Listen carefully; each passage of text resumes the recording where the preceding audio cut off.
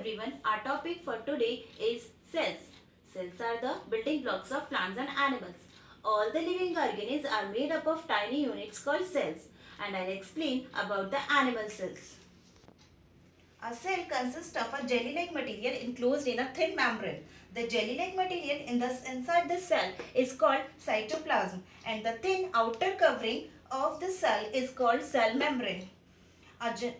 There are many bodies of different shapes and sizes inside the cytoplasm. For example, there is a large floating body usually in the center of cell is called nucleus.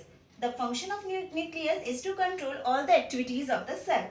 The nucleus contains a tiny round structure called nucleolus and a fibrous material called chromatin. It also has a nuclear membrane on the outside. Chromatin forms chromosomes during cell divisions. These chromosomes transfer characteristics from the parent to the next generation. There are small bodies called mitochondria in a cell. The function of mitochondria is to carry out respiration for releasing energy from food.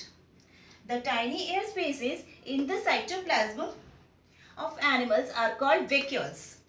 The function of vacuole is an animal cell is to hold air and water and particles of the food. The main function of cell membrane is to control the passage of material which goes into the cell or go out from the cell. This is all about animal cells. Now I'll explain about the plant cells.